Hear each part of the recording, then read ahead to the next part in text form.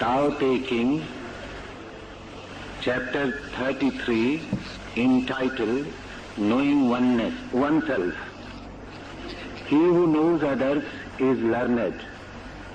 He who knows himself is wise.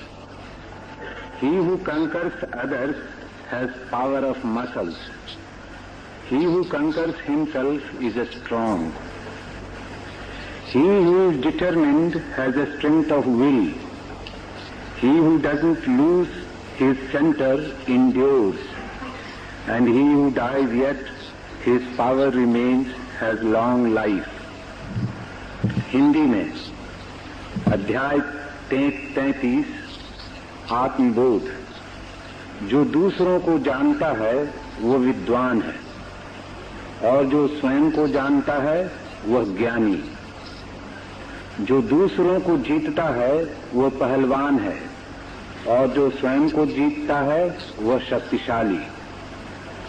जो संतुष्ट है वह धनवान है, और जो दृढ़मति है वह संकल्पवान। जो अपने केंद्र से जुड़ा रहता है वह मृत्युंजय है, और जो मरकर जीवित है वह चिरजीवन को उपलब्ध होता है। ताओ है सागर की भांति। नदियां सागर से पैदा होती और सागर में पुनः खो जाती। ताओ से अर्थ है उस मूल उद्गम का जहां से जीवन पैदा होता है, और उस अंतिम विश्राम का भी जहां जीवन लीन हो जाता है। ताओ आदि भी है और अंत भी। प्रारंभ भी वही है और समाप्ति भी वही। ये जो ताओ का केंद्र है, या धर्म का या सत्य का, इसे हम जन्म के साथ ही लेकर पैदा होते हैं। वह हमारे जन्म के पहले भी मौजूद है, और उसे हम अपने साथ लेकर ही मरते हैं। वो मृत्यु के बाद भी हमारे साथ यात्रा पर होता है। जो हमारे भीतर न कभी जन्मता है और न कभी मरता है, वही धर्म है, और उसे जान लेना ही जानने योग्य है। इस सूत्र में उस आंतरिक केंद्र की तरफ बहुत बहुमूल्य इशारे हैं।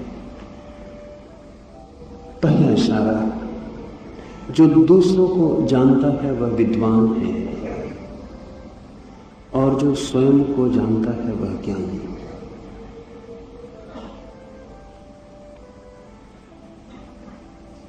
दूसरों को जानना बहुत आसान है, क्योंकि दूसरों को जानने के लिए इंद्रियां काम में आ जाती।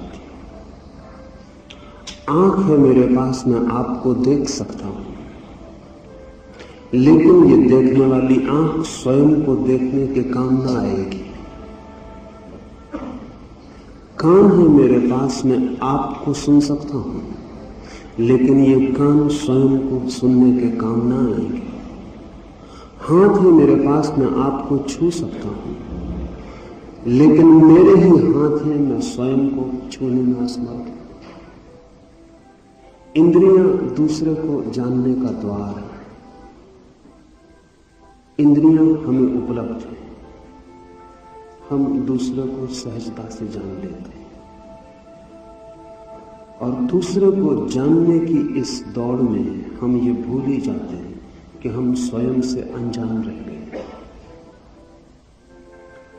स्वयं के संबंध में भी जो हम जानते हैं वो भी हम दूसरों के द्वारा ही जानते हैं। अगर आप सोचते हैं कि आप सुंदर हैं, तो ये दूसरों ने आपसे कहा है। कि आप सोचते हैं कि आप विचारशील हैं, ये भी दूसरों ने आपसे कहा है। कि आप सोचते हैं कि आप बुद्धिहीन हैं, तो ये भी दूसरों ने आपको समझाया है।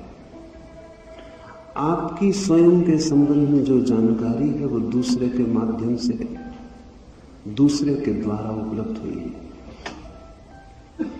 इसलिए हम स्वयं की जानकारी पर भी दूसरे पर निर्भर रहते हैं और दूसरे से भयभीत भी रहते हैं। अगर मेरा सौंदर्य आपके ऊपर निर्भर है तो मैं भयभीत रहूंगा, क्योंकि आपकी नजर की जरा सी बदलाहट और मेरा सौंदर्य खो जाएगा। और अगर मेरी बुद्धिमानी आपके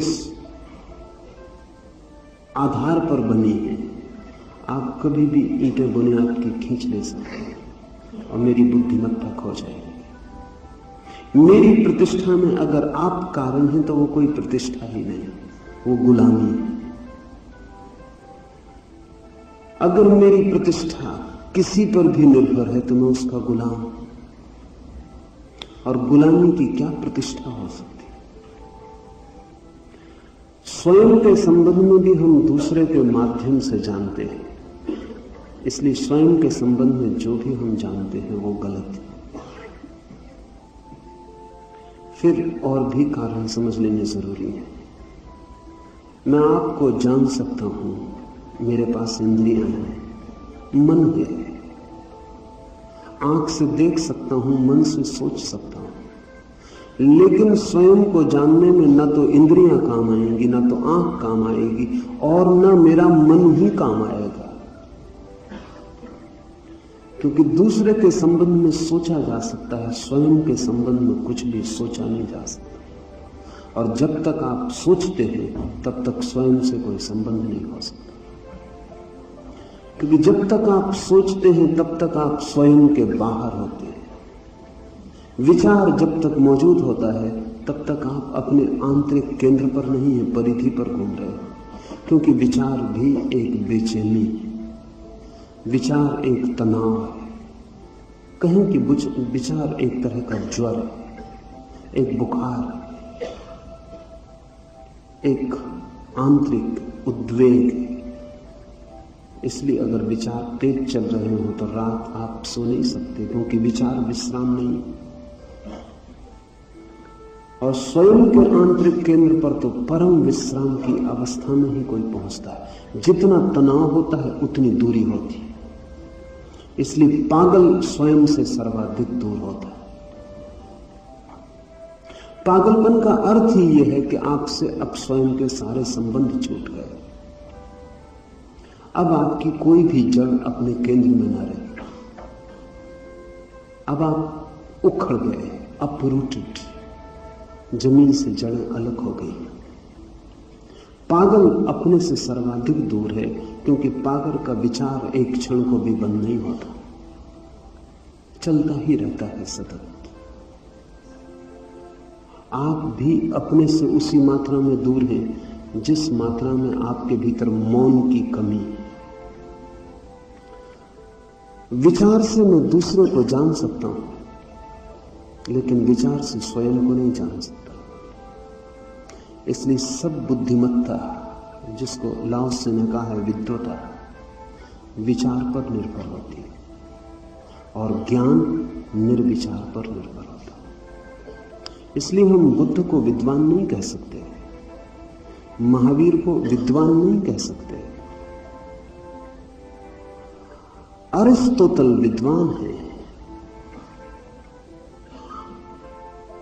प्लेटो विद्वान है, बुद्ध और महावीर विद्वान नहीं, ज्ञानी है। जो फर्क है, विद्वता विचार का जोड़ है और ज्ञान निर्विचार की स्फुरना, जहां सब इंद्रियां शांत होती, क्योंकि इंद्रियों से दूसरे को जान सकते हैं। और जब तक इंद्रियां अशांत हो तब तक बाधा डालेंगी, क्योंकि उनकी अशांति बाहर ले जाएगी। इंद्रियों की अशांति बाहर ले जाएगी, वे बाहर जाने वाले द्वार हैं। जब तक मन चल रहा है तब तक भी स्वयं को न जान सकेंगे, क्योंकि मन का चलना परिधि पर रोके रखेगा। जब इंद्रियां चुप हो गई और मन भी मौन हो गया, और जब भीतर कोई गति न रही, किसी तरह का हलन चलन न रहा, कोई स्पंदन न रहा, कोई लहर न रही, जब भीतर आप मात्र रह गए, जहां कुछ भी नहीं हो रहा है, कोई कर्म नहीं हो रहा है, भीतर पूर्ण अकर्म हो गया, उस क्षण में आपको अपने केंद्र से विच्युत करने को कोई भी ना रहा। कोई लहर आपको बाहर नहीं खींच सकती। उस क्षण ज्ञान का जन्म है। विद्वान होना हो शास्त्र सहयोगी है, शिक्षण उपयोगी है, सीखना जरूरी है। ज्ञानी होना हो शास्त्र खतरनाक है, बाधा। शिक्षा व्यर्थ ही नहीं, हानिकर। सीखने की कोई सुविधा नहीं है, अन सीखना करना होता है। लर्निंग नहीं, अनलर्निंग। जो सीखा है उसे भी भूल जाना होता है, जो जाना है उसका भी त्याग कर देना होता है। और ध्यान रहे, जगत में ज्ञान का त्याग बड़ा मुश्किल है। धन छोड़ा जा सकता है, पद छोड़ा जा सकता है, क्योंकि पद को छोड़ने में भी बड़े पद के मिलने की आशा है, और धन को छोड़ने में भी महाधन को पाने की संभावना है। क्योंकि धनी भी सोचता है मन में कि गरीब सुखी। धनी भी, सच तो यह है, धनी ही, गरीब तो कभी नहीं सोचता कि गरीब भी सुखी है। धनी अक्सर सोचता है कि गरीबी में बड़ा सुख है। ठीक वैसे ही जैसा गरीब सोचता है कि अमीरी में बड़ा सुख है। जो हमारे पास नहीं उसमें सुख दिखाई पड़ता है। लेकिन बड़े मजे की बात है कि अगर गरीब सोचता है कि अमीरी में सुख है, तो ज्ञानी तथा कथित विद्वान, ज्ञानी नहीं कहना चाहिए, वो उसको समझाते हैं कि तू पागल है। लेकिन जब धनी सोचता है कि गरीबी में सुख है, तो यही महात्मा गण उसको नहीं समझाते कि तू भी पागल है। बात दोनों की एक सी है। जो उनके पास नहीं है उसमें सुख दिखाई पड़ता है। न तो गरीबी में सुख है, न धनी होने में सुख है। सुख सदा आशा है वहां जहां हम नहीं हैं, और जहां हम हो जाते हैं वहीं दुख हो जाता है। धनी धन छोड़ सकता है क्योंकि गरीबी में सुख की आशा बनी है। पद छोड़े जा सकते हैं क्योंकि पदों को छोड़कर भी बड़ी प्रतिष्ठा मिलती है। सच तो यह है कि पदों को छोड़ के ही प्रतिष्ठा मिलती है।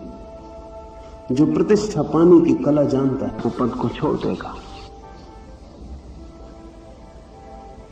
क्योंकि पद छोड़ते से आपको लगता है कि यह आदमी पद से बड़ा हो गया। नहीं तो छोड़ कैसे सकता?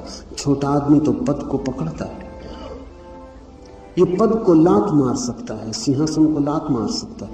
यह आदमी सिंहासन से बड़ा होगा। लेकिन जो छोड़ रहा है वो भी गणित जमा सकता है। उसको भी पता है कि छोड़ने में भी लाभ है। धन छोड़ने में अड़चन ज्यादा नहीं, पद छोड़ने में कठिनाई ज्यादा नहीं, लेकिन ज्ञान छोड़ने में बड़ी कठिनाई है, क्योंकि अज्ञान में कोई भी आशा नहीं बनती।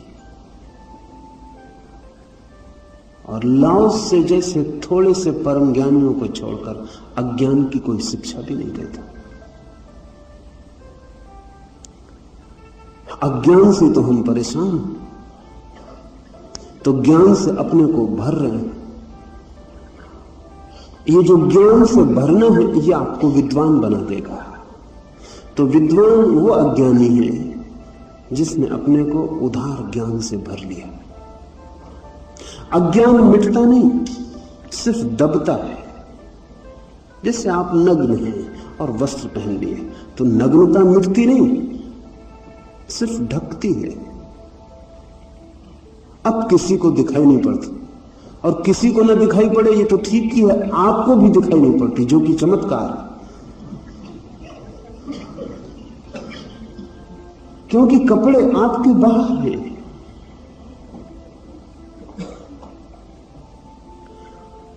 दूसरों की आंखों पर हैं कपड़े, आपके ऊपर नहीं है।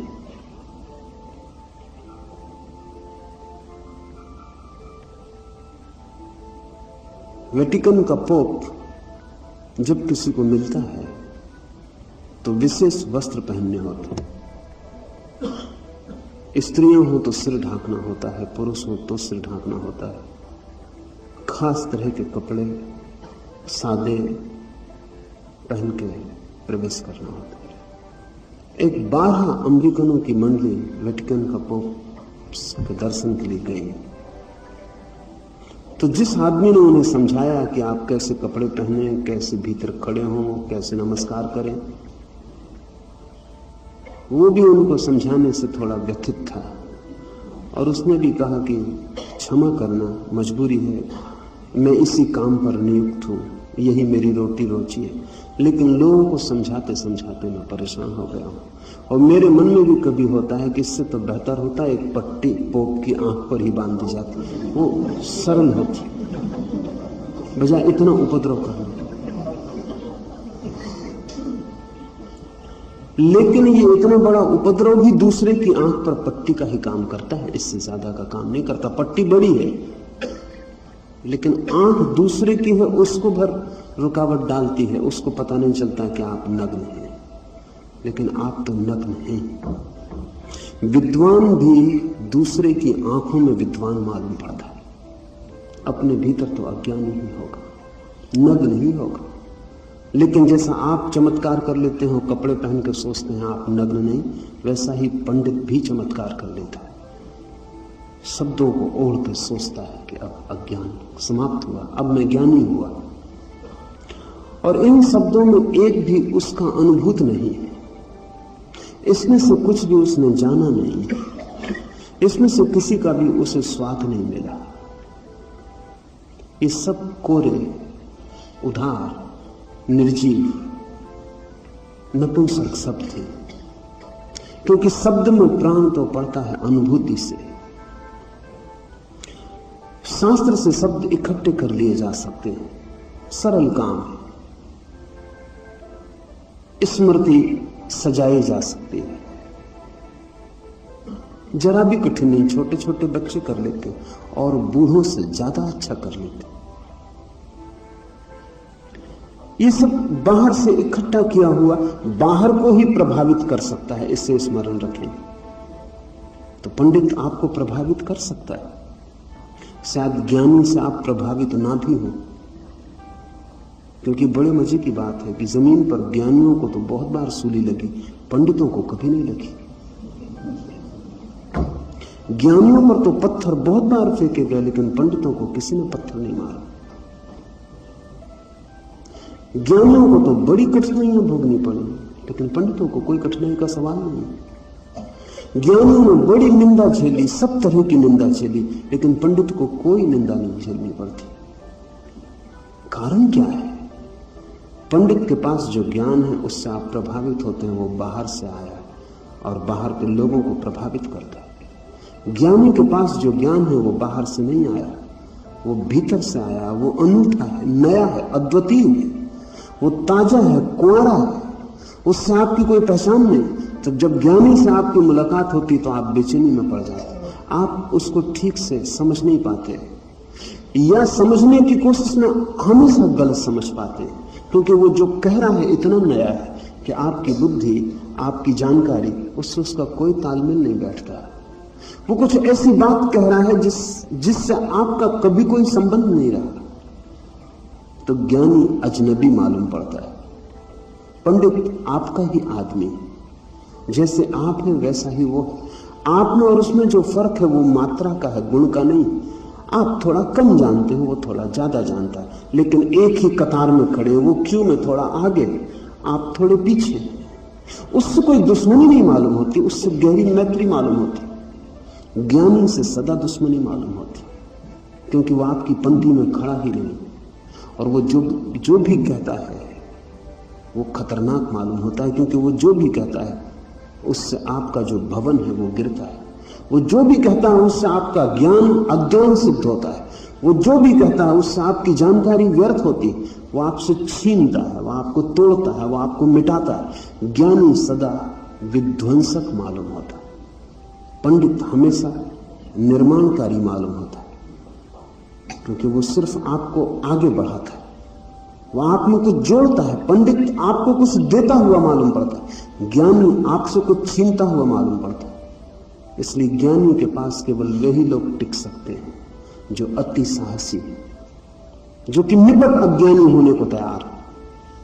लेकिन अगर आप ज्ञान की तलाश में गए हैं तो पंडित ठीक जगह, वो आपको ज्ञान देगा, वहां से आप ज्ञान इकट्ठा कर ले सकते हैं।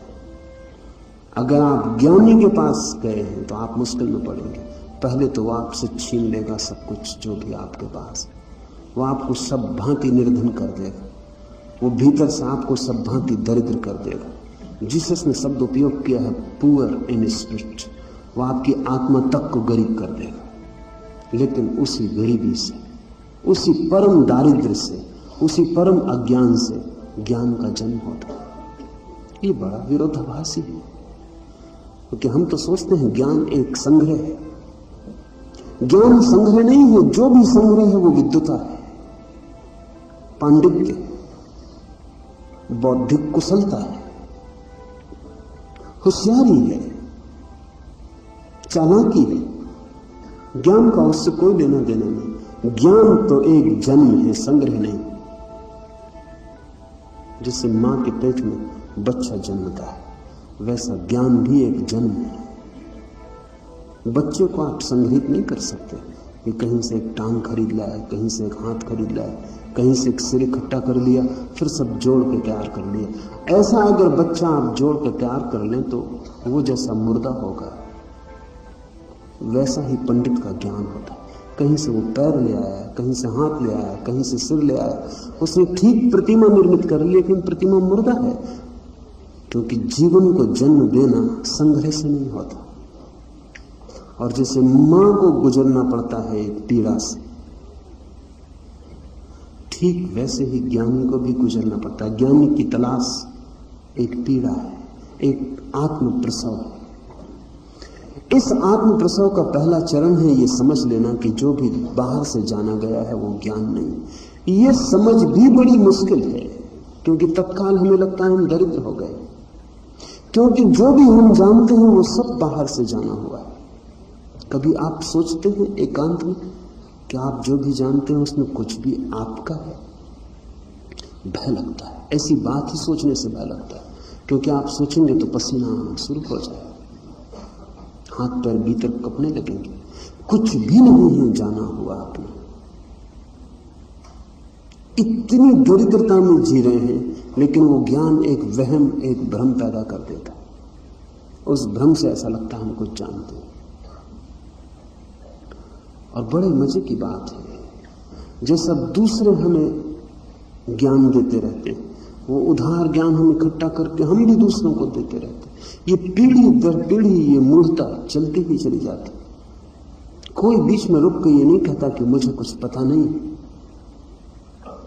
इधर मैं देखता हूं, अभी एक जैन मुनि को कुछ दिनों पहले कोई मेरे पास ले आया। दो भक्त उनके साथ थे। मुनि ने इशारा किया कि आप बाहर जाएं, मुझे साधना के संबंध में कुछ एकांत बात करें। भक्त बाहर चले गए। मुनि ने मुझसे पूछा कि जो आप कहते हैं वही मैं भी कहता हूं, लेकिन मेरा प्रभाव क्यों नहीं पड़ता? कुछ रास्ता बताइए। मैंने उनसे कहा कि जो आप कहते हैं वो हो सकता है मुझसे भी बेहतर कहते हो, लेकिन जब तक आप प्रभाव डालना चाहते हैं तब तक बात सब व्यर्थ है। तब तक उत्सुकता आपकी दूसरे में है, स्वयं में नहीं। आखिर प्रभाव डालने की आकांक्षा क्या है? क्यों प्रभाव डालना चाहते हैं? प्रभावित क्यों करना चाहते हैं किसी को? और किसी के प्रभावित होने से क्या होगा आंतरिक लाभ? अहंकार बढ़ेगा, लेकिन वो आंतरिक लाभ नहीं, हानि। अकड़ बढ़ेगी, लेकिन वो अकड़ सहयोगी नहीं है, बाधा है। तो मैंने उनसे कहा कुछ ऐसा करिए कि दूसरे बिल्कुल आपसे आप प्रभावित हो जाए। दूसरे को प्रभावित करने की चेष्टा। आप साधना कह रहे थे अपने भक्तों से कि मुझे साधना के संबंध में कुछ पूछो। ये साधना है, और निश्चित ही आपको अपना कोई पता नहीं है, इसलिए आप दूसरे को प्रभावित कर रहे हैं। क्यों हम दूसरे को प्रभावित करना चाहते हैं? ताकि उसकी आंखों से हमें हमारा पता चल सके कि हम कुछ हैं। जब दूसरा प्रभावित होता और उसकी आंख में चमक आती तो वो चमक हमें प्राण देती। वैसे हम निष्प्राण, उससे मजा आता, रस आता, शक्ति मिलती। वो बड़ा अद्भुत विटामिन है। वैसा वैज्ञानिक अभी कोई विटामिन नहीं खोज पाए। जो दूसरे की आंख में जब चमक आती तो जो वाइटलिटी, जो प्राण आपको मिलता है, वैसा अभी तक कोई विटामिन नहीं खोजा जा सका। दूसरे में उत्सुकता, मैंने उनसे कहा, इसी बात का सबूत है कि आपको अपना कोई भी पता नहीं और आप दूसरों की आंखों से पता लगा के अपना परिचय निर्मित करना चाहते हैं कि मैं कौन हूं। पंडित दूसरे को प्रभावित करके सोचता है मैं ज्ञानी हो गया। अगर मैं न जानता होता तो लोग प्रभावित कैसे होते? लोग प्रभावित हो रहे हैं निश्चित ही मैं जानता हूं। उसके जानने का बोध भी लोगों के प्रभावित होने पर निर्भर करता है। ज्ञानी का भी प्रभाव होता है, लेकिन ज्ञानी का प्रभाव ज्ञानी की आकांक्षा नहीं है।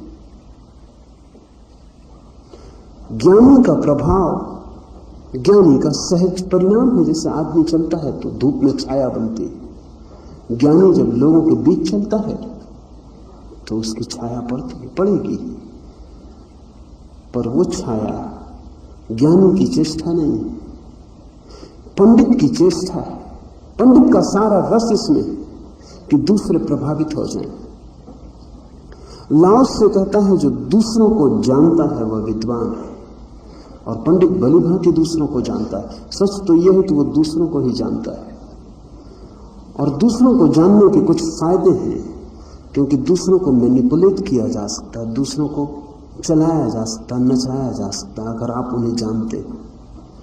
डेल कार्नेगी की बड़ी प्रसिद्ध किताब है हाउ टू इन्फ्लुएंस पीपल, लोगों को कैसे प्रभावित करें। आज सारे जमीन पर ऐसी हजारों पुस्तकें लिखी जा रही हैं कि दूसरों को कैसे प्रभावित करें, दूसरों के साथ कैसे सफल हों। निश्चित ही दूसरे के साथ सफल होना है तो दूसरे को जानना जरूरी है, और दूसरे को जानना जरा भी कठिन नहीं है, लेकिन स्वयं को जानना अति कठिन है। और मैंने अभी तक ऐसी कोई किताब नहीं देखी जो कहती हो how to influence yourself, how to influence others, कैसे दूसरों को प्रभावित करें, लेकिन कैसे स्वयं को प्रभावित करें, कैसे स्वयं को जाने। उसमें कुछ रस नहीं है किसी को। कारण क्या होगा? एक भ्रांति है हमारे मन में कि स्वयं को तो हम जानते ही हैं, रह गया दूसरा, वो अनजाना है, उसे जानना है। इस भ्रांति को तोड़ना जरूरी है। आप स्वयं को नहीं जानते, दूसरे को भला थोड़ा बहुत जानते हो, अपने को बिल्कुल नहीं जानते। लेकिन तब एक और अजीब घटना घटती, जो अपने को ही नहीं जानता वस्तुतः क्या वो दूसरे को जान सकेगा? ये जरा और गहरे में उतरने की बात है। जो अपने को ही नहीं जानता उसको दूसरे का भी जानना कितना सार्थक और अर्थपूर्ण हो सकता है। जिसकी अपने संबंध में भी कोई अनुभूति नहीं है, उसकी दूसरे के संबंध में जो भी जानकारी वो भी छिछली ही होगी। वो भी दूसरे के गहरे में तो प्रवेश नहीं कर पाएगा, उसके आसपास घूम सकता है, उसके संबंध में कुछ जान सकता है, उसको नहीं जान सकता। उसका चेहरा कैसा है जान सकता है, उसकी आंखें कैसी है जान सकता है, उसका व्यवहार कैसे है जान सकता है। आधुनिक मनोविज्ञान में एक स्कूल का नाम बिहेवियरिस्ट, व्यवहारवादी। इन मनोवैज्ञानिकों की धारणा है कि आदमी के पास आत्मा जैसी कोई चीज नहीं, सिर्फ उसका व्यवहार ही सब कुछ है, भीतर कुछ है ही नहीं, बस वो बाहर जो करता है उसी के जोड़ का नाम आत्मा। तो अगर आप आदमी का पूरा व्यवहार जान लें तो व्यवहारवादी मनोवैज्ञानिक कहते हैं आपने आदमी को जान लिया। आप क्या करते हैं वही आप हैं। अगर आपके करने को पूरा समझ लिया तो बात खत्म हो गई, भीतर कुछ है ही नहीं। अगर ठीक से समझें तो ईश्वर का इनकार करना इतनी बड़ी नास्तिकता नहीं है जितनी बड़ी नास्तिकता व्यवहारवाद है। क्योंकि वो ये कह रहा है कि सिर्फ कृत्य जो आप कर रहे हैं, लेकिन ऐसा मत सोचना कि व्यवहारवादी कोई नई धारणा है। आप में से 100 में से 99 लोग व्यवहारवादी। आप भी व्यक्ति को उसके कृत्य से पहचानते हैं और तो कोई पहचान नहीं। आप देखते हैं कि आदमी चोरी कर रहा है इसलिए चोर, और एक आदमी पूजा कर रहा है इसलिए संत। आप भी देखते हैं कि क्या कर रहा है, क्या है ये तो दिखाई पड़ता नहीं। चोर के भीतर क्या है ये तो दिखाई पड़ता नहीं, संत के भीतर क्या है ये तो दिखाई पड़ता नहीं। चोर चोरी कर रहा है ये दिखाई पड़ता है, संत प्रार्थना कर रहा है ये दिखाई पड़ता है। और हो सकता है संत प्रार्थना करते समय चोर हो और चोर चोरी करते समय संत हो, लेकिन वो बड़ी दूसरी मुश्किल बात है, वो पहचानना बहुत कठिन है।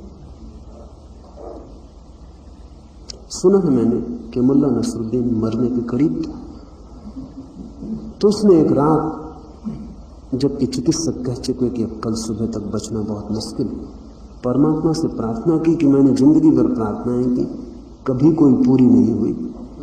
अब ये आखिरी वक्त भी करीब आ गया, एक आखिरी प्रार्थना तो कम से कम पूरी कर दो। और वो प्रार्थना ये है कि मरने के पहले मुझे देखने मिल जाए स्वर्ग और नर्क, ताकि मैं तय कर सकूं कि कहां जाना उचित।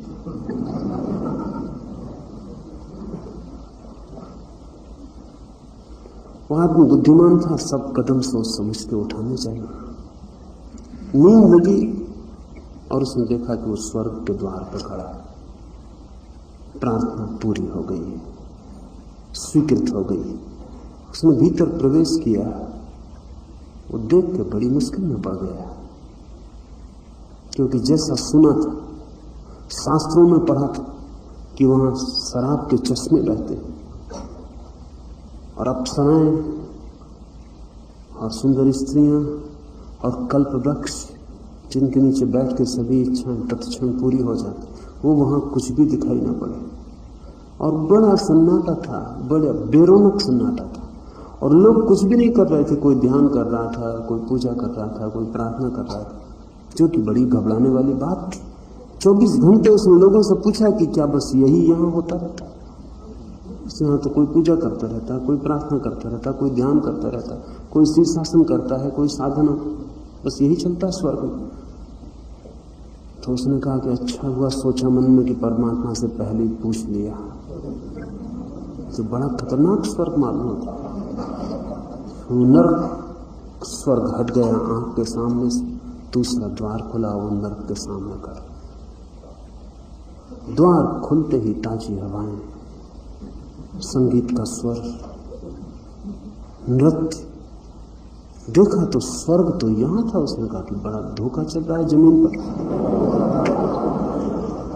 बड़ा राग रंग था, बड़ी मौज थी। मैं सोचा कि अच्छा हुआ जो पहले पूछ लिए, स्वर्ग तो यहां है। फिर उसकी नींद लग गई और सुबह वो मर गया। मर के जब उसकी आत्मा यम के दफ्तर में पहुंची तो वहां पूछा गया कि नसरुद्दीन कहां जाना चाहते? नसरुद्दीन मुस्कुराया, यम भी मुस्कुराया। नसरुद्दीन मुस्कुराया कि तुम मुझे धोखा न दे सकोगे, मैं तो देख चुका हूं कि कहां जाना चाहते। और नसरुद्दीन ने समझा कि यम इसलिए मुस्कुरा रहा है कि मुझे कुछ पता नहीं। नसरुद्दीन ने कहा कि मैं नर्क जाना चाहता हूं। फिर भी यम मुस्कुराता रहा। तब उसकी जरा बेचैनी हुई कि बात क्या है। उसने कहा कि सुना मैं नर्क जाना चाहता हूं। यम ने कहा कि निश्चित तुम नर्क जाओ, मगर ये कोई अनूठी बात नहीं, अक्सर लोग नर्क ही जाना चाहते हैं। नसरुद्दीन ने कहा अनूठी बात नहीं।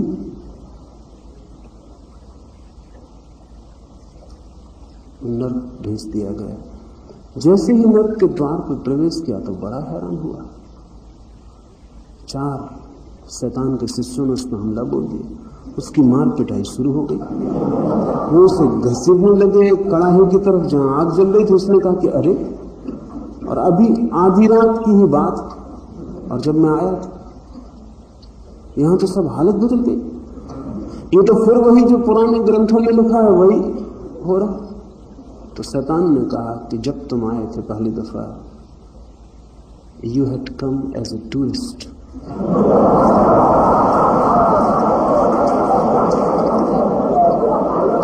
तब आप एक अतिथि यात्री की तरह आए थे। वो उतना हिस्सा हमने आप लोगों को देखने के लिए बना रखा।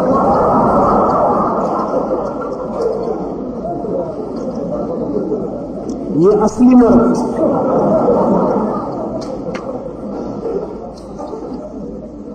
आदमी जो व्यवहार से दिखाई पड़ रहा है वो असली आदमी नहीं है, वो आपको दिखाने के लिए उसने बना रखा है। वो जो आप कर रहे हैं वो आप असली नहीं है।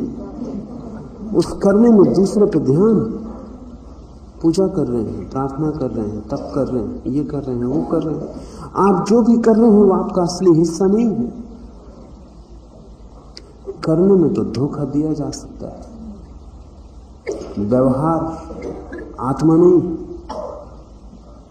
और दूसरे को तो धोखा दे ही सकते हैं, अपने को धोखा दे सकते हैं, क्योंकि करते करते आपको भी भरोसा हो जाता है कि जो मैंने किया है वही मैं हूं। लोग अपने कर्मों के जोड़ को अपनी आत्मा समझ लेते हैं। कर्मों का जोड़ आत्मा नहीं है, कर्मों का जोड़ तो आत्मा पर पड़ी धूल है। वो गंदी हो सकती है, वो सुगंधित हो सकती है, ये दूसरी बात है, लेकिन वो धूल है जो इकट्ठी हो गई है। ये जो आप दूसरे के संबंध में जानते हैं वो भी दूसरे को जानना नहीं, वो भी दूसरे का व्यवहार जानना। लेकिन इस जानकारी का नाम लाओ से कहता है विद्वता है। विद्वान होने से बचना और विद्वान होने से सावधान रहना। अज्ञानी भी सुने गए हैं कि पहुंच गए अंतिम सत्य तक, लेकिन विद्वान कभी नहीं सुने गए। और विद्वान भी तभी पहुंचता है जब वो पुनः अज्ञानी होने का साहस जुटा लेता है। और जो स्वयं को जानता है वह ज्ञानी। स्वयं को जानना क्या है?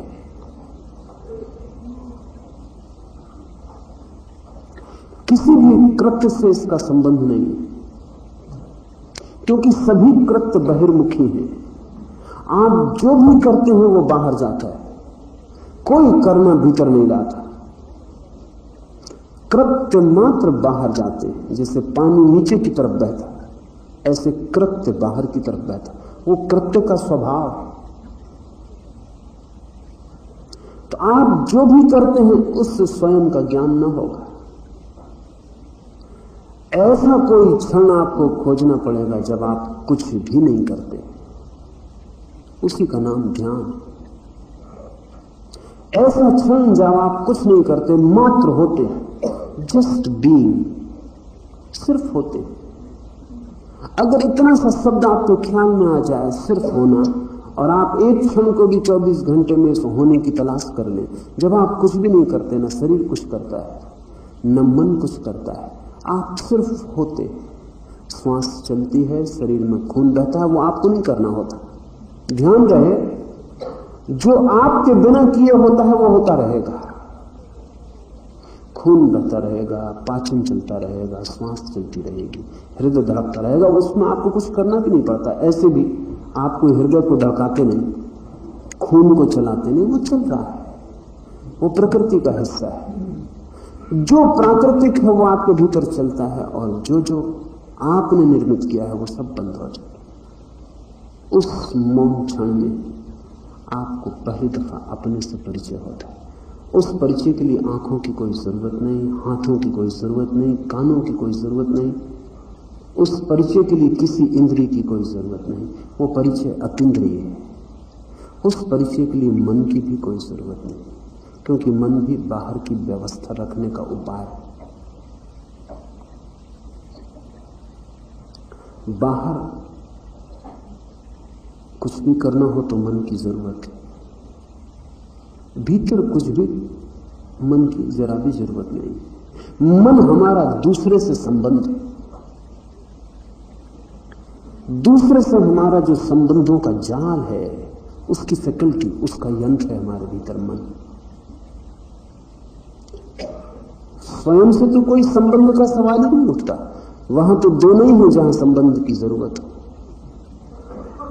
वहां तो अकेले ही हम हैं, असंग, असंबंधित, अकेले।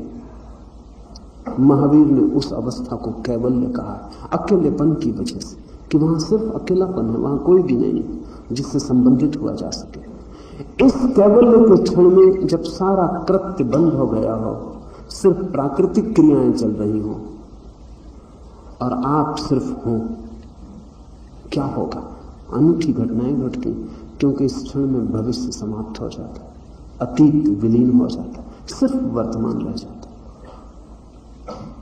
इस क्षण में दूसरों ने जो भी आपके संबंध में कहा है वो सब खो जाता है। इस क्षण में जो भी आपने शास्त्रों से, अन्यों से जाना है वो सब विलीन हो जाता है। इस क्षण में तो आप जीवन ज्योति के साथ ही होते हैं। इस समय आत्मा क्या है ये सोचना नहीं पड़ता, क्योंकि सोचना तो तभी पड़ता है जब आप जानते नहीं। सोचते हम उसी संबंध में है जिसे हम नहीं जानते। इस संबंध में तो साक्षात्कार होता है, इस क्षण में तो हम आमने सामने होते हैं।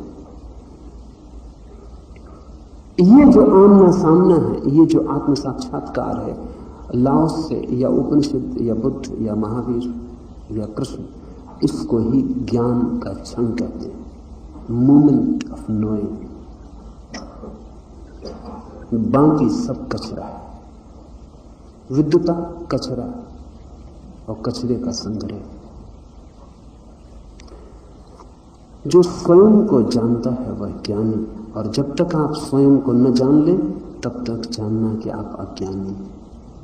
क्योंकि ये ध्यान अगर बना रहे कि आप अज्ञानी हैं तो विद्युता का उपद्रव आपके भीतर पैदा ना हो पाए। अगर ये स्मरण बना रहे कि मुझे पता नहीं है तो पता करने की चेष्टा जारी रहेगी। इस मुल्क में ये दुर्घटना घटी, अब उसे उल्टाने का कोई उपाय नहीं। इस मुल्क में ये बड़ी दुर्घटना घटी है, और वो ये है कि हमें जीवन के सभी सत्यों का पता, आत्मा का, ब्रह्म का, ऐसा कुछ नहीं है जिसका हमें पता ना। यहां हम पैदा होते हैं, सांस हम पीछे लेते हैं, ब्रह्म ज्ञान पहले मिल जाता है। यहां सभी को ब्रह्म ज्ञान है। इसलिए ये मुल्क जितना अधार्मिक होता जा रहा है उसका हिसाब लगाना मुश्किल, लेकिन अधार्मिक होने का कारण न तो पाश्चात्य शिक्षा है, अधार्मिक होने का कारण न तो कम्युनिज्म का प्रभाव, अधार्मिक होने का कारण कोई नास्तिकता की हवाएं नहीं, अधार्मिक होने का कारण पांडित्य का बोझ है। हर आदमी को पता है, इसलिए खोज बंद हो गई, इसलिए कोई खोज पर नहीं निकलता। आपको मालूम भी है पहले से ही, तो अब खोजना क्या है? अब खोज का कोई अर्थ ही नहीं। उपनिषद कंठस्थ है, गीता कंठस्थ है, रोज उसका पाठ चल रहा है। परीक्षा में आप उत्तीर्ण हो सकते हैं, धर्म की कोई भी परीक्षा हो, आपको असफल करना मुश्किल। आपको सब पता ही है। ये सब पता का जो भाव पैदा हो गया है, ये भाव खोज में बाधा बन गया, और इससे अज्ञान की जो शुद्धता है वो नष्ट हो गई। अज्ञान की शुद्धता बड़ी कीमत की चीज है। अज्ञान का भाव विनम्र करता है, खोज के लिए तत्पर करता है, द्वार खोलता है। हमारे सब द्वार बंद है, हमारे सब बंद द्वारों पर शास्त्रों की कतार लग गई। कोई गीता से बंद किए है, कोई कुरान से, कोई बाइबल से, कोई महावीर की मूर्ति अटका के दरवाजे को बंद किए हुए है कि वहां दरवाजा ना खुल जाए। लाओसे का ये विचार ख्याल में रख लेना कि जब तक आपको स्वयं का कोई अनुभव नहीं है तब तक सब ज्ञान व्यर्थ है, और उसको ज्ञान आप मानना मत। जो दूसरों को जीतता है वह पहलवान है, और जो स्वयं को जीतता है वह शक्तिशाली है। दूसरों को जो जीतता है उसके पास शरीर की शक्ति है। स्वयं को जो जीतता है उसके पास आत्मा की शक्ति है। दूसरे को जीतना बहुत कठिन नहीं है। दूसरे के जीतने के लिए सिर्फ आपको थोड़ा ज्यादा पशु होना जरूरी है और कुछ जरूरी नहीं। पहलवान का मतलब है कि जो आपसे ज्यादा पासनिक, जिसके पास शरीर जंगली जानवर का है।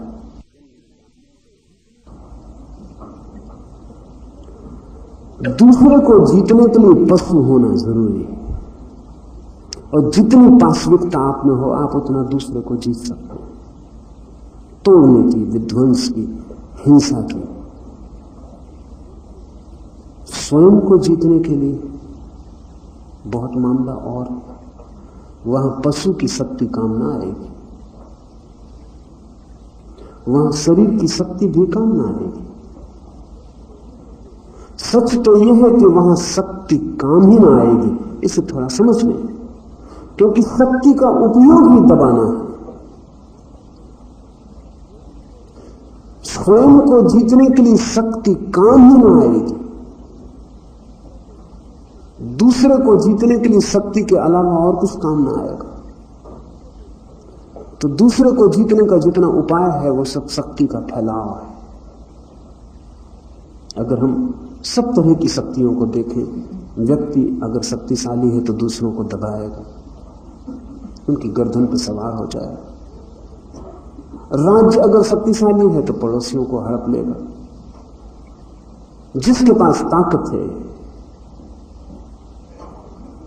वो गैर ताकतवर को, कम ताकतवर को सताएगा, उसकी छाती पर सवार हो जाए। ये ताकत बहुत रूपों की हो सकती है, लेकिन शक्ति का स्वभाव है कब्जा करना, दबाना, सताना, डोमिनेशन। भीतर आत्मा को भी लोग शक्ति के द्वारा ही पाने की कोशिश करते हैं, तब मुश्किल में पड़ जाता है। जिस तरह पहलवान दूसरे से लड़ते हैं, ऐसे ही कुछ लोग अपने से लड़ते हैं। अपने से लड़ने की जरूरत ही नहीं, क्योंकि वहां लड़ाई का कोई सवाल नहीं है। वहां लड़ाई से कुछ भी पाया नहीं जा सकता। आपने देखा, जानते हैं कि लोग साधना में लगे हुए लोग अपने शरीर को सताने में लग जाते हैं। वो अपने ही साथ पहलवानी कर रहे हैं। अगर वो साधु न होते तो शैतान होते, वो किसी और को सता रहे होते। एक कम से कम उनकी बड़ी कृपा है कि वो खुद को ही सता रहे हैं। सताते हुए जरूर, उनका रस सताने में। अब वो अपने ही शरीर पर दुश्मन की तरह हावी हो गए।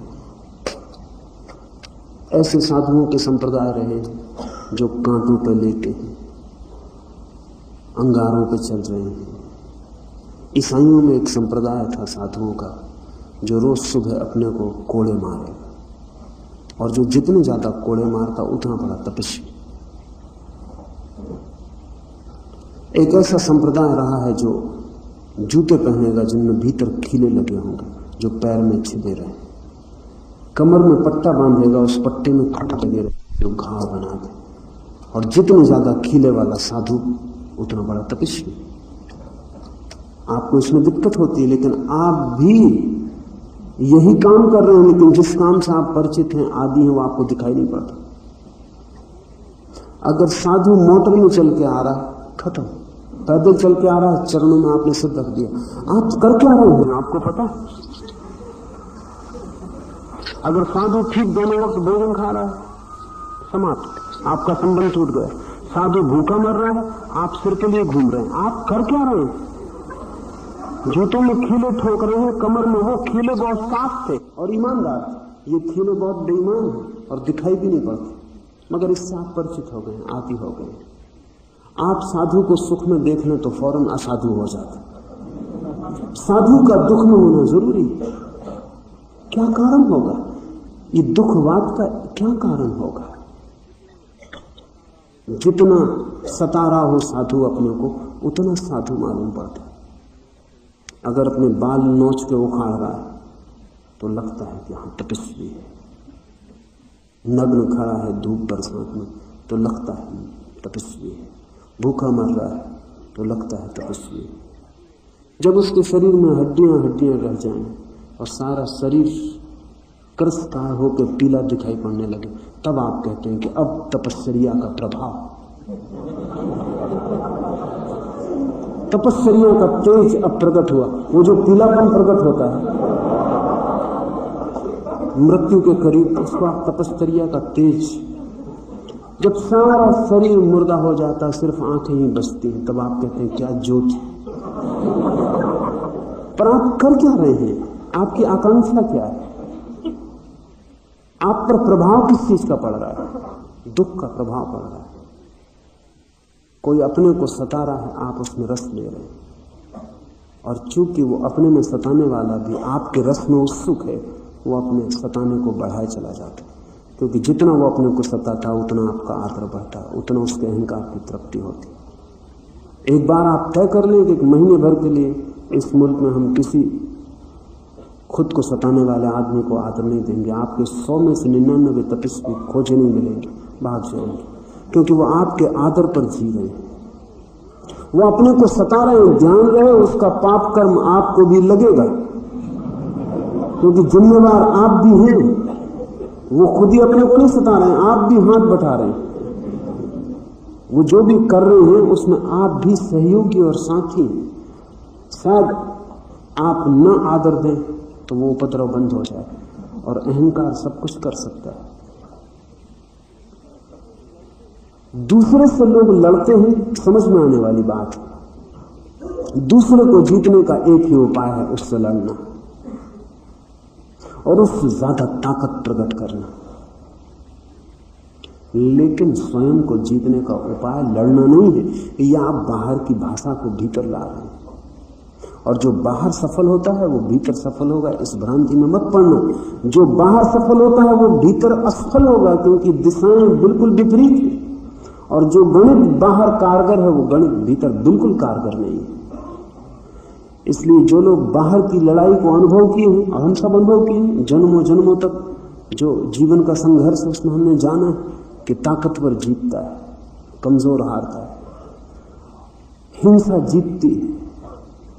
तो हम दूसरे के साथ हिंसा करते रहे, फिर हमें ख्याल आता है स्वयं को जानने, स्वयं को जीतने का। कठिनाई है हमारी भाषा की, क्योंकि भाषा भी हमारी हिंसा से भरी है। हम दूसरे को जीतते हैं तो हमने भाषा में ये भी कहना शुरू किया, स्वयं को जीतना। स्वयं को जीतना मजबूरी का शब्द है, क्योंकि और कोई शब्द नहीं है, अन्यथा ये शब्द ठीक नहीं है। क्योंकि यहां जीत का सवाल ही नहीं, जीत का सवाल ही हिंसा और शक्ति से जुड़ा हुआ है। भीतर तो वही व्यक्ति जीतता है, या भीतर तो वही व्यक्ति सफल होता है, भीतर तो वही जानने में पहुंच पाता है, ज्ञान में पहुंच पाता है, जो लड़ता ही नहीं, जो शक्ति का उपयोग ही नहीं करता, जो शक्ति को बिल्कुल निरुपयोगी छोड़ देता है। इसे थोड़ा समझें, क्योंकि शक्ति जब उपयोग की जाती है तो छीन होती है। इसलिए बाहर जो भी लड़ता है वो रोज छीन होता है। वो भला आज आपकी गर्दन पर सवार हो जाए, लेकिन गर्दन पर सवार होने में उसने शक्ति खोई है, क्योंकि शक्ति का उपयोग किया है। गर्दन पर सवार होने के पहले वो जितना शक्तिशाली था उतना अब नहीं है, मात्रा कम हो गई। इसलिए अगर नीचे का आदमी जो नीचे गिर पड़ा होशियार हो तो लड़ने की जरूरत नहीं है, वो दूसरे आदमी को ही लड़ा के हरा दे सकता है। तो जापान में ताओ के प्रभाव में एक कला विकसित हुई है, जूडो। जूडो इस बात की कला है कि जब आप पे कोई हमला करे तो आप उसको उकसाएं कि वो हमला करे, आप उसको सब भांति उकसाएं कि वो पागल हो जाए, और आप शांत रहें। और जब वो हमला करे तो आप उसके हमले को पी जाएं। वो आप तो घूसा मारे तो आपका हाथ भी रेसिस्ट ना करे, आप हाथ भी अकड़ाए ना कि उसके घूसे को रोकना, आप हाथ को गद्दी की तरह, तकिए की तरह बना लें कि उसका घूसा हाथ पी जाए। जूडो की कला कहती है कि उसके घूसे से जो ताकत आ रही थी वो आपका हाथ पी लेगा। और ये सच है, क्योंकि जब आप हाथ को रोक लेते हैं शक्ति से तो आपकी हड्डी जो टूट जाती है वो उसकी ताकत से नहीं टूटती, आपके रेसिस्टेंस से टूटती। आपका जो अकड़ापन है वो तोड़ देता है। अगर आप बिल्कुल अकड़े ना हो, देखिए शराबी सड़क पे गिर पड़ता, आप गिर के देखें, आप हड्डी पसली तोड़ के घर आ जाएंगे। शराबी जरूर कोई कला जानता है जो आप नहीं जानते, क्योंकि वो कई दफा गिर रहे हैं और कुछ नहीं हो रहा, सुबह वो फिर दफ्तर चले जा रहे हैं मेरे से, न कोई हड्डी टूटी न कोई बात। आखिर शराबी कौन सी कला जानता है जो आप नहीं जानते? और वो बेहोशी में गिरे थे, उनकी ज्यादा हड्डियां टूटना चाहिए थी। आप होश में गिरे हैं, आपकी हड्डियां नहीं टूटनी थी। लेकिन जब आप होश में होते हैं तो गिरते वक्त आप रेसिस्टेंस से भर जाते हैं, आप अकड़ जाते हैं, आप बचाव की कोशिश करने लगते हैं। उस कोशिश में और जमीन की टक्कर में हड्डी टूट जाती है। शराबी को पता ही नहीं कि वो गिर रहे हैं, कि जमीन उन पर गिर रही या कुछ हो रहा है। वो ऐसे गिरते हैं इतनी सरलता से, बिना किसी विरोध के, कि जमीन उन्हें नुकसान नहीं पहुंचा पाती। भीतर जो यात्रा है वो यात्रा बाहर की यात्रा से बिल्कुल भिन्न है। बाहर आप लड़ेंगे, आपकी शक्ति छीन हो रही, आप कमजोर हो रहे, आप दिखाई पड़ेंगे जीत के कि बड़े शक्तिशाली हो गए, लेकिन आप कमजोर हो गए, आपने कुछ खोया। भीतर आप शक्ति का बिल्कुल उपयोग ना करें, कोई उपयोग की जरूरत भी नहीं, शक्ति को मौजूद रहने दें और आपकी शक्ति भीतर बढ़ती जाएगी। बिना उपयोग किए हुए शक्ति एक आंतरिक संपदा बन जाती है और बिना उपयोग किए हुए शक्ति शांति बन जाती है। शक्ति का जो बिना उपयोग किया हुआ रूप है उसका नाम ही शांति। शांति कोई नपुंसकता नहीं, वो कोई कमजोरी का नाम नहीं, वो महाशक्ति का नाम, लेकिन जिसका उपयोग नहीं किया गया, जिसने अपना घर नहीं छोड़ा, जो अपने घर में ही विराजमान, जो बाहर नहीं गई, जिसमें तरंगें नहीं उठी, ऐसी झील। महाशक्ति उपलब्ध होती है, लेकिन वो शक्ति उपयोग से उपलब्ध नहीं होती, अनुपयोग से। इसलिए लाओत्से का सारा जो नॉन एक्शन पर है, वो कहता है कि तुम जितना क्रिया को शांत कर दो उतने महाशक्तिशाली हो जाओगे। और इस महाशक्ति में स्वयं का जानना और स्वयं की जीत अपने आप घटित हो जाती। ये कोई लड़ाई नहीं है, ये तो सिर्फ शक्ति की मौजूदगी में घट जाता है।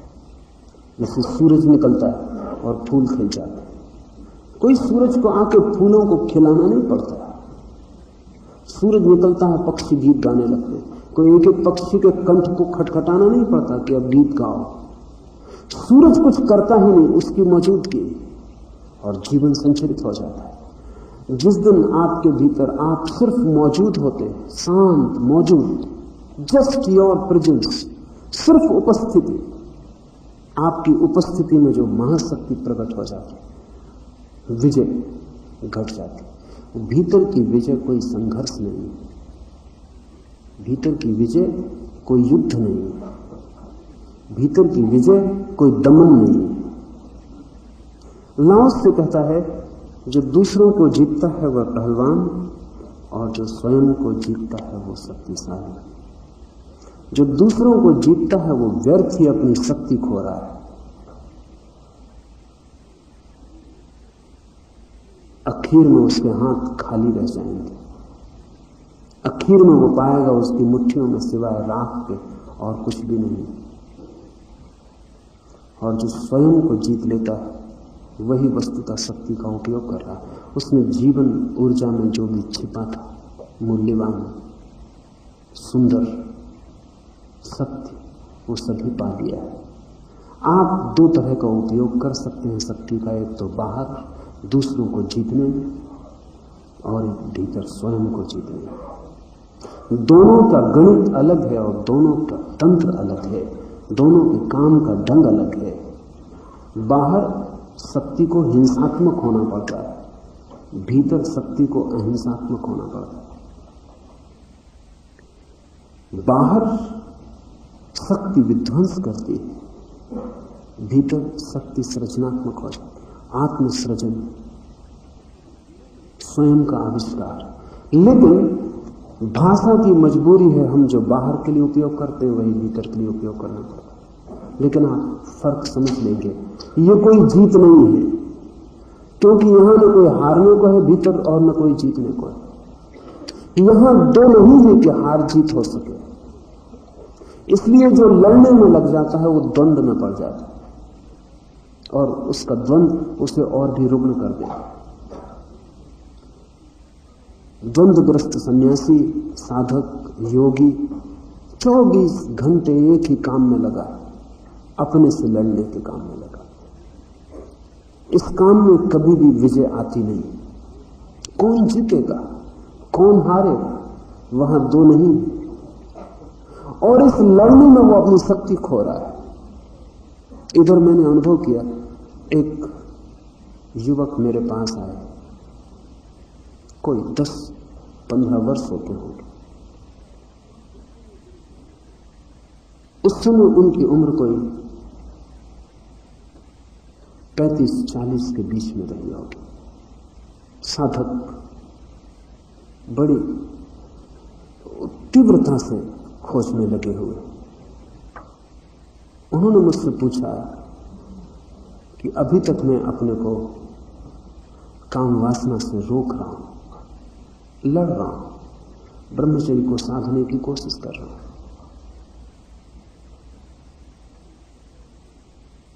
क्या मैं इसमें सफल हो जाऊंगा?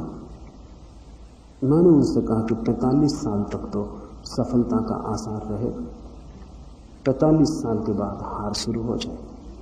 उन्होंने कहा, आप क्या कहते हैं? मेरे गुरु ने तो मुझे कहा है कि ये थोड़े ही दिन का उपद्रव, जवानी चली जाएगी, झंझट खत्म हो जाएगी। तो मैंने कहा कि जब तुम 45 के हो जाओ तब फिर तुम मेरे पास आ जाओ। अब वो 45 के होके मेरे पास आए थे। वो कहने लगे कि आपने ठीक कहा था, मुसीबत बढ़नी शुरू हो गई। पूछने लगे लेकिन मेरी समझ में नहीं आता इसका गणित क्या है, क्योंकि 30 साल में इतनी मुसीबत नहीं थी, अब 45 में उससे ज्यादा हो गई। तो मैंने उनसे कहा कि 30 साल में तुम्हारे पास लड़ने की शक्ति ज्यादा थी, 45 साल में कम हो गई, और जिससे तुम लड़ रहे हो वो शक्ति उतनी की उतनी। तुम लड़ लड़ के चुक रहे हो, काम वासना को दबा दबा के परेशान हो रहे हो। वो दबाने वाला कमजोर होता जा रहा है और वासना अपनी जगह पड़ी। 45 साल के बाद ब्रह्मचारियों को बड़ा कष्ट शुरू होता है, और असली तकलीफ तो 60 के बाद शुरू होती है। इसलिए आमतौर से लोग सोचते हैं कि अब तो 60 साल का हो गया फला आदमी, अभी तक परेशान। असली परेशानी ही तब शुरू होती, क्योंकि वो दबाने वाली ताकत छीन हो गई, वो लड़ने वाला कमजोर हो गया, लड़ लड़ के हार गया, थक गया। वो जो दबाता था हार चुका है, और जिसको दबाता था वो ताजा है। जो लोग काम वासना को भोग लेते हैं वे 60 साल में काम वासना के बाहर भी हो जाए, लेकिन जो लड़ते रहते हैं वो मरते दम तक बाहर नहीं हो पाते, क्योंकि उनकी काम वासना जवान ही बनी रहती है। वो तो बूढ़े हो जाते, वो तो थक जाते, टूट जाते, और वासना बड़ी ताकतवर बनी जाती। तब बेचैनी शुरू होती, तकलीफ शुरू होती। लड़कर भीतर आप सिर्फ उपद्रव कर सकते हैं और जीवन, समय और अवसर खो सकते हैं। लड़ने का सवाल नहीं है, समझ का सवाल है। लड़ने की बात ही गलत है, द्वंद्व खड़ा करना ही गलत है। ऐसा भी सोचना कि इसे रोकना है गलत है, क्योंकि जिसे आप रोक रहे हैं वो भी आप है, और जो रोक रहा है वो भी आप है। ऐसा ही जैसे मैं अपने दोनों हाथों को लड़ाने लगूं, कौन जीतेगा, बायां या दायां? कोई भी नहीं जीत सकता। हाँ, ये हो सकता है कि मैं एक ऐसी परंपरा में पला हूं जहां मैंने सुन रखा हो कि दायां हाथ गलत है।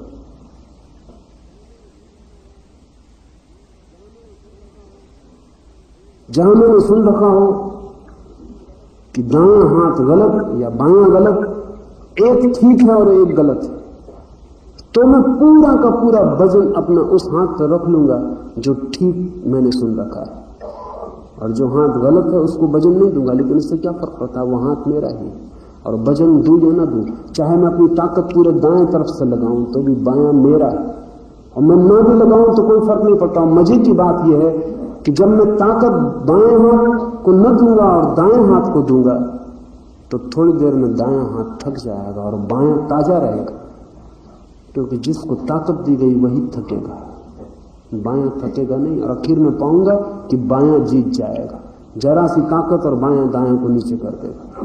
इसलिए ब्रह्मचर्य में लड़ने वाले लोगों पर काम वासना क्षण भर में जीत जाती है, इसमें देर नहीं लगती। भोगी को प्रभावित करना बहुत मुश्किल है। इंद्र भोगियों के पास जरा अप्सराओं को भेज के देखे, वो बैठ गए अपनी सिगरेट ही पीते रहे, मगर ऋषि मुनि बड़ी मुश्किल में पड़ जाते, एकदम मुश्किल में पड़ जाते। उनको हिलाने में दिक्कत ही नहीं आती। खूबी अप्सराओं की नहीं, खूबी ऋषि मुनियों की। वो जिस बुरी तरह दबा के बैठे हैं, जिससे दबाया है वो कमजोर हो गया और जिसको दबाया है वो ताकत से भरा है। और अप्सराएं भेजने की कोई जरूरत नहीं, कोई भी स्त्री काम करेगी। और वो जो ऋषि मुनियों को अप्सराएं बहुत सुंदर दिखाई पड़ी हैं, वो अप्सराएं सुंदर थी इसका पक्का सबूत नहीं। ऋषि मुनियों की वासना प्रगाढ़ थी, इसका सबूत है। वो प्रगाढ़ वासना किसी भी चीज को सुंदर कर देती। स्त्री होना काफी, प्रोजेक्शन है सौंदर्य, तो वो भीतर का प्रक्षेपण है बाहर। भोगियों के पास भेजना बहुत मुश्किल है, इसीलिए आजकल इंद्र ने भेजना बिल्कुल बंद कर दी। आपको कहीं अप्सराएं दिखाई ना पड़ेंगी, क्योंकि किसको भेजिए, कोई डिगाने को है ही नहीं, कोई अकड़ के बैठे नहीं जिसको हिलाना हो। लोग इतने हिल चुके हैं कि अप्सरा को देख के सो जाएंगे, इतने थके बंदे बैठे हैं। भोगी भ्रष्ट नहीं होता। आपने कभी भ्रष्ट भोगी शब्द सुना? भ्रष्ट योगी शब्द सार्थक। कारण क्या होगा? संघर्ष, लड़ाई की दृष्टि अंतर जगत में घातक है और साधक को सावधान होने की जरूरत है कि भीतर वो लड़ना शुरू न कर दे और भीतर किसी तरह का द्वंद्व खड़ा ना करे, दुश्मन खड़ा ना करे। भीतर जो भी है उसे आत्मसात कर ले अपने में। काम वासना है तो भी मेरी, क्रोध है तो भी मेरा है, जो भी है भीतर वो मैं हूं। मेरा है कहना भी ठीक नहीं, मैं हूं। और उस सब के साथ मुझे एक आत्मिक संबंध और उस सब के साथ एक गहरी मैत्री, एक आत्मीयता, एक निकटता, एक अपनापन निर्मित करना। और जैसे जैसे ये आत्मीयता इकट्ठी होने लगती है, वैसे वैसे वासना की जो शक्ति बाहर बहती है वो बाहर न बहकर भीतर बहने लगती है। अभी वासना की शक्ति बाहर भी बहती है क्योंकि रस आपका बाहर है, और जब रस आपका भीतर होता है तो यही शक्ति भीतर बहने लगती है। जो वासना अभी काम बन जाती है वही वासना राम भी बन जाती है। सिर्फ अंतर है उसके बाहर और भीतर बहने का। अभी मैं दूसरे में उत्सुक हूं तो मेरी वासना की शक्ति उस तरफ बहती है, और जब मैं अपने में उत्सुक हूं और स्वयं की खोज में लीन हूं तो वही शक्ति मेरी तरफ बहने लगती। लेकिन वो बहेगी तब जब मैत्री का एक द्वार खुला हो, वो बहेगी तब जब मैत्री की एक रेखा खिंची हो जिससे वो भीतर आ जाए। दुश्मन की तरह वो भीतर नहीं आ सकती, दुश्मन की तरह उसके लिए कोई निमंत्रण नहीं। अगर कोई व्यक्ति अपनी प्रकृति की सारी शक्तियों को सहज आनंद से स्वीकार कर ले, परमात्मा की देन मानकर अहोभाव से स्वीकार कर ले, तो वो पाएगा कि वासनाओं को जीतने की जरूरत नहीं। जीतने की बात ही फिजूल है। अपनी ही वासनाओं को खुद जीतने का क्या सवाल है? मेरी ही वासनाएं, मैं उन्हें बाहर की तरफ ले जाता हूं, वो बाहर जाते, मैं भीतर में उत्सुक हो गया, वो भीतर आने शुरू हो जाते। और जब अपनी ही वासनाओं की ऊर्जा भीतर की तरफ बहनी शुरू होती और जब कामना आत्म कामना बनती, तब जिनको हमने आप्त काम कहा है उस अवस्था की उपलब्धि होती है। आप्त काम का अर्थ है जिसकी सारी काम वासना अंतर्मुखी हो गई, जो अपनी काम वासना का स्वयं ही लक्ष्य हो गया और जिसकी सारी नदियां अब किसी और सागर की तरफ नहीं जाती, अपने भीतर के सागर में ही गिर जाती। जो संतुष्ट है वह धनवान, जो दृढ़मति है वह संकल्पवान, जो अपने केंद्र से जुड़ा है वह मृत्युंजय है और जो मरकर जीवित है वह चिर जीवन को उपलब्ध होता। जो संतुष्ट है वह धनवान। इस वचन को हम बहुत सुनते हैं, लोकोक्ति बन गया, लेकिन हम समझते हैं इसमें शक है।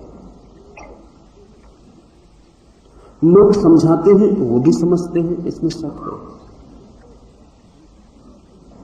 संतोष बड़ा धन है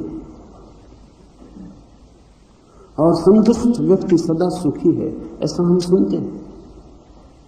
और कोई दुखी होता तो उसको भी हम कहते हैं संतोष रखो, क्योंकि संतोष से बड़ा सुख मिलता है। ध्यान रहे, संतोष से सुख मिलता है ये बात गलत है। संतोष व्यक्ति सुखी होता है ये बात सही है, लेकिन संतोष से सुख मिलता है ये बात गलत है। इस फर्क को आप समझ लेंगे तो इस सूत्र का रहस्य ख्याल में आ जाएगा। संतोष से सुख मिलता है ऐसा हम समझाते हैं। कोई दुखी है, परेशान है, हम कहते हैं संतुष्ट रहो, संतोष से सुख मिलेगा। संतोष से बड़ा धन नहीं। आप कह क्या रहे हैं? आप ये कह रहे हैं कि तेरे लोभ को तू संतोष की तरफ लगा, क्योंकि संतोष से सुख मिलेगा और तू सुख चाहता है तो संतुष्ट हो जा। लेकिन ध्यान सुख पर है, पाना सुख है। उसके दुख का कारण यह है कि वो सुख चाहता था, कोई जो नहीं मिला इसलिए दुखी है। सुख चाहने के कारण दुखी है और हम उससे कह रहे हैं सुख तुझे चाहिए हो तो संतुष्ट हो जा। हम संतुष्ट होने की भी बात इसलिए कह रहे हैं कि तू ताकि सुख पा सके। सुख की वासना को हम जलाए हुए, उसको हम तेल दे रहे हैं, उस लौ को हम और उकसा रहे हैं, उसी के कारण वो दुखी है। तो ध्यान रहे, संतोष से सुख मिलेगा ये बात गलत है। हाँ, संतुष्ट जो है वो सुखी है ये बात सच है। संतोष कारण नहीं है और सुखकारी नहीं है। संतोष सुख के बीच जो संबंध है वो कार्य कारण का नहीं है कि आप संतुष्ट हो जाएं तो आप सुखी हो जाएं। संतोष और सुख के बीच जो संबंध है वो वैसा है जैसा आपकी और आपकी छाया के बीच, वो कार्य कारण का नहीं है। जहां आप हैं वहां आपकी छाया है। सुख संतोष की छाया है, उसका फल नहीं है। इसलिए जो आदमी सुखी होने के लिए संतुष्ट होगा वो ना तो संतुष्ट होगा और ना सुखी होगा, क्योंकि उसका ध्यान ही गलत है। सुख की जहां कामना है वहां संतोष हो ही नहीं सकता। संतोष का मतलब ही यह है कि सुख की हमारी कोई मांग नहीं है। संतोष का मतलब यह है कि जो हमारे पास है उसमें सुख भोगने की कला हम जानते हैं। इसको फर्क को समझ लें। संतोष का मतलब है सुख की कला। जहां भी हम हो, जो भी हमारे पास, उसमें सुख लेने की कला। एपिकुरस यूनान का सबसे बड़ा भौतिकवादी दार्शनिक हुआ, ठीक चार्वाक जैसा। पर न तो चार्वाक को लोग समझ पाए अब तक और न एपिकुरस को समझ पाए। एपिकुरस कहता है कि सुखी रहो, हमें लगता है कि भोगवादी है, पर एपिकुरस कुछ बात ही बड़ी गजब की कह रहा है। वो ये कह रहा है कि जो भी है उसमें सुख ले लो पूरा। वही चार्वाक ने भी कहा है कि जो भी तुम्हारे हाथ में है उससे पूरा सुख निचोड़ लो, सुख को आगे तो मत टालो, क्योंकि जो समय खो जाएगा उसे तुम पा ना सकोगे। और टालने की आदत अगर बन गई तो तुम टालते ही चले जाओगे, तुम कभी सुख पा ना सकोगे। संतुष्ट होने का मतलब यह है कि जो तुम्हारे पास है उससे तुम इतना सुख ले लो कि संतोष झर जाए, भर जाए। तुम टालो मत आगे, और तुम संतुष्ट होने की कोशिश करोगे ताकि कल सुख मिले, तो तुम न संतुष्ट हो सकते हो न सुख पा सकते हो। तुम सुख आज ही पालो, तुम संतुष्ट हो जाओगे। क्योंकि जब सुख भविष्य में नहीं होता तो असंतुष्ट होने का कारण नहीं रह जाता। भविष्य का सुख असंतुष्ट होने का कारण, भविष्य की अपेक्षा फ्रस्ट्रेशन का, विषाद का कारण। एपिकुरस से मिलने यूनान का सम्राट गया था, वो देख के दंग हुआ। उसने भी सोचा था ये नास्तिक एपिकुरस न ईश्वर को मानता, न आत्मा को मानता, सिर्फ आनंद को मानता है, बिल्कुल निपट नास्तिक है। तो सोचा था उसने पता नहीं ये क्या कर रहा होगा। जब वे पहुंचे वहां तो बहुत हैरान हुए। एपिकुरस का बगीचा था जिसमें उसके शिष्य और वो रहता था। सम्राट ने उसे देखा तो वो इतना शांत मालूम पड़ा जैसा कि ईश्वरवादी कोई साधु कभी दिखाई नहीं पड़ा था। वो बहुत खुश हुआ उसके आनंद को देखकर। उनके पास कुछ ज्यादा नहीं था, लेकिन जो भी था वो उसके बीच ऐसे रह रहे थे जैसे सम्राट। सम्राट ने कहा कि मैं कुछ भेंट भेजना चाहता हूं।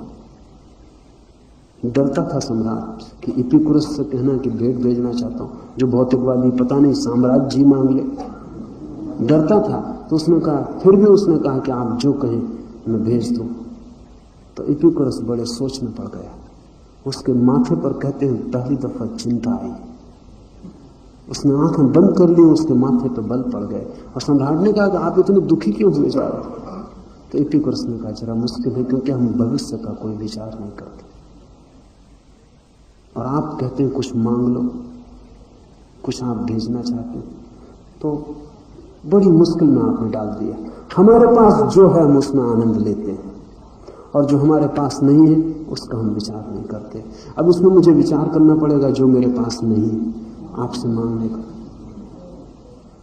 तो उसने कहा कि एक ही रास्ता है। एक नया आदमी आज ही आश्रम में भर्ती हुआ है, वो अभी इतना निष्णात नहीं हुआ आनंद में, उससे हम पूछ लें। मगर वो जो नया आश्रम में आया था, एपिकुरस के ही आश्रम में आया था, सोच समझ के आया था, उसने भी बहुत सोच समझ के ये कहा कि आप ऐसा करें, थोड़ा मक्खन भेज दें, यहां रोटियां बिना मक्खन की।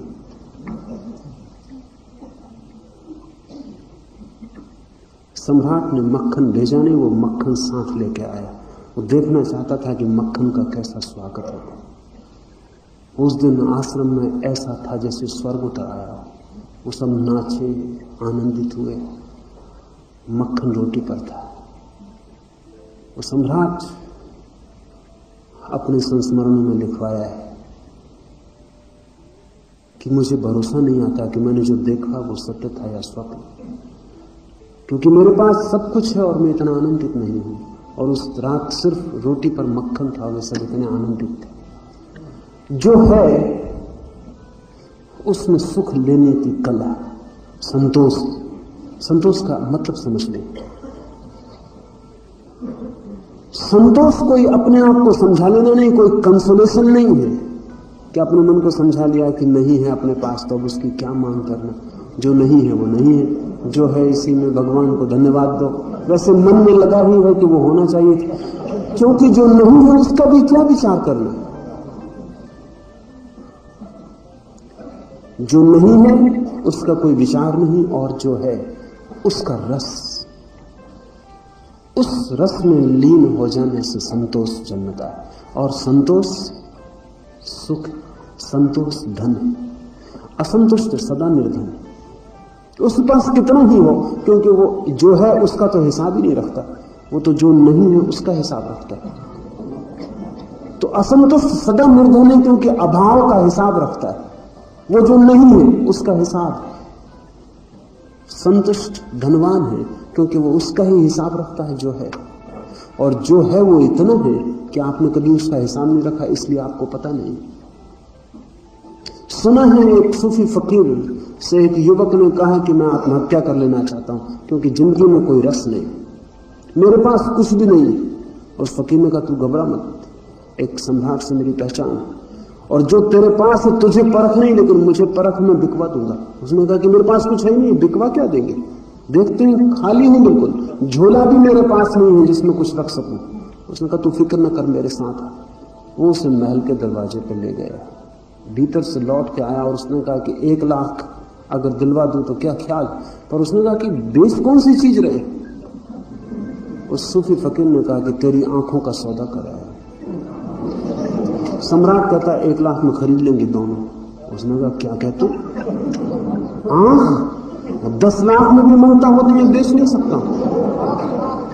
और वो सूफी फकीर कहने लगा अभी तू कह रहा था मेरे पास कुछ है नहीं, और अब तू 10 लाख में आंख बेचने को तैयार नहीं। मैं तेरा कान भी बिकवा सकता हूँ, तेरे दांत भी बिकवा सकता हूँ, और भी कई चीजें हैं जो मैं बिकवा सकता हूँ। तू बोल। ग्राहक मेरी नजर में है सब तरफ, करोड़ों रुपए के ढेर लगवा दूंगा तेरे पास। उस आदमी ने कहा कि तू और खतरनाक है, इससे तो मैं मर जाता वो बेहतर था। आपसे कहां मेरी मुलाकात हो गई। आपके पास जो है उसका आपको तब तक पता नहीं जब तक वो छीन न लिया जाए। बड़े मजे की बात, आपकी आंख चली जाए तब आपको पता चलता आंख थी। कई लोगों को मर के पता चलता है कि हम जिंदा थे, उसके पहले उनको पता नहीं चलता। जो आपके पास है वो दिखता ही नहीं, उसका हिसाब ही नहीं, वो हमारी आदत ही नहीं। संतोष का अर्थ है जो है उसका रस, उसका बोध। असंतोष का अर्थ है जो नहीं है उसका रस, उसका बोध। और संतोष धन, और जो ब्रह्मति है वो संकल्पवान है। He who is determined has a strength of will, जो निश्चय करने की क्षमता रखता है। इससे कोई फर्क नहीं पड़ता कि निश्चय क्या है, निश्चय की क्षमता है। आपके पास बिल्कुल निश्चय की क्षमता नहीं है। अगर आप ये भी निश्चय करें कि इस उंगली को 5 मिनट तक सीधा रखेंगे, आप 1000 दफे हिला लेंगे।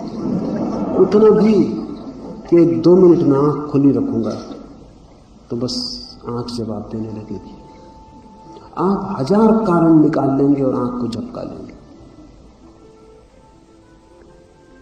डिसिसिवनेस कि कोई निर्णय लिया तो उस निर्णय को टिकने देना।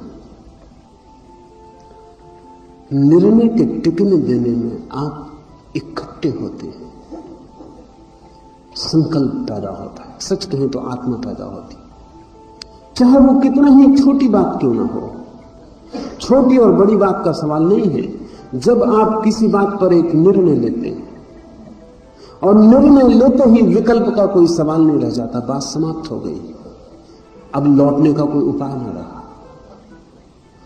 ऐसी भाव दशा में आप इकट्ठे हो जाते हैं, आप टूट नहीं सकते।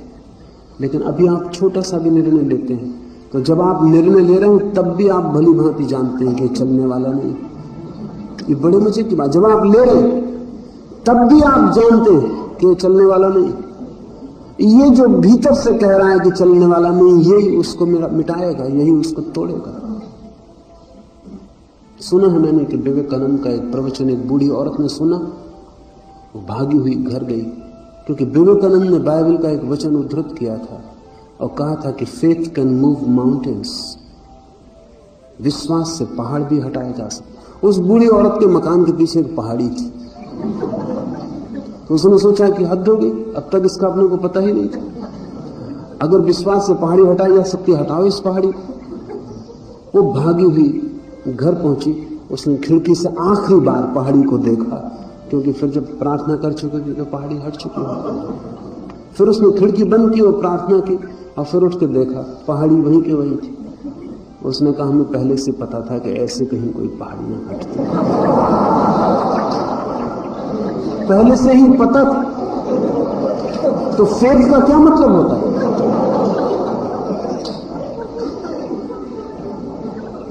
और मैं आपसे कहता हूं पहाड़ी हट सकती थी, उस बूढ़ी औरत के कारण ही ना हटी। भीतर